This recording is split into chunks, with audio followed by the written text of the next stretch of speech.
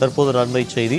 தென்காசி அன்னை இல்லத்தில் 5 முதியோர் உயிரிழந்ததற்கு ஈகோலை பாக்டீரியா கலந்த குடிநீரை பருகியதுதான் காரணம் என ஆய்வில் தகவல் தெரிவிக்கப்பட்டிருக்கிறது.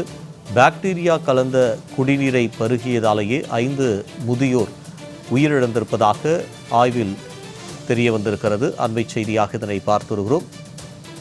முதியோர் பருகிய குடிநீரில் ஈகோலை பாக்டீரியா கலந்திருந்தது ஆய்வின் முடிவில் உறுதியாகியுள்ளது.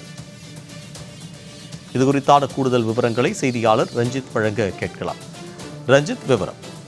நிச்சயமாக இருக்கிறார். அதாவது தென்காசி மாவட்டம் சுந்தரபாண்டியபுரம் பகுதியில் செயல்பட்டு வந்த அன்னை முதியோர் இல்லத்தில் மாமிச உணவு அருந்திய 5 பேர் உயிரிழந்த நிலையில் இந்த சம்பவத்தில் பாதிக்கப்பட்ட 12 பேர் நெல்லை அரசு மருத்துவமனையிலும் 7 பேர் தென்காசி அரசு மருத்துவமனையிலும் தற்போது சிகிச்சை பெற்று வருகின்றனர்.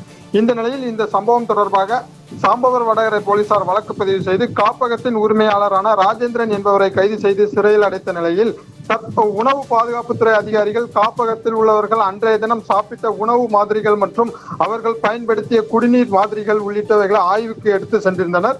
இந்த நிலையில் இந்த ஆய்வின் முடிவில் தற்போது அவர்கள் குடித்த குடிநீரில் ஈகோலை என்கின்ற பாக்டீரியா கலந்திருப்பது தற்போது உறுதிப்படுத்தப்பட்டுள்ள நிலையில் இந்த பாக்டீரியாவால் சிறுநீர் தொற்று அதிகமாக ஏற்படும் எனவும் இந்த தொற்றின் காரணமாக பாதிப்பு ஏற்பட்டிருக்கலாம் எனவும் கூறப்படும் நிலையில் தற்போது முழுமையான விவரம், அவர் உயிரிழந்ததற்கான காரணம் என்ன என்பது முழுமையான விவரம் எப்படி தெரிய வரும் என்றால் பிரேத பரிசோதனை அறிக்கையானது வந்த பிறகு உயிரிழப்புக்கான காரணம் முழுமையாக தெரிய வரும் என தென்காசி மாவட்ட ஆட்சித்தலைவர் கமல் கிஷோர் தற்போது தகவல் ஒன்றை தெரிவித்துள்ளார். குறிப்பாக அன்னை முதியோர் இல்லம் உள்ள சுற்றுப்புறங்களில் தூய்மையின்றி காணப்பட்டதாகவும் இதனால் ஈகோலை பாக்டீரியாவானது ஒரு சுழற்சியற்ற முறையில் பல்வேறு நபர்கள் மீது படிந்து இது போன்ற பாதிப்புகளை ஏற்படுத்தியிருக்கலாம் என்றும் மருத்துவர்கள் தற்போது தகவல் தெரிவித்துள்ளது குறிப்பிடத்தக்கது. ஸ்ரீதர், தகவலுக்கு நன்றி ரஞ்சித்.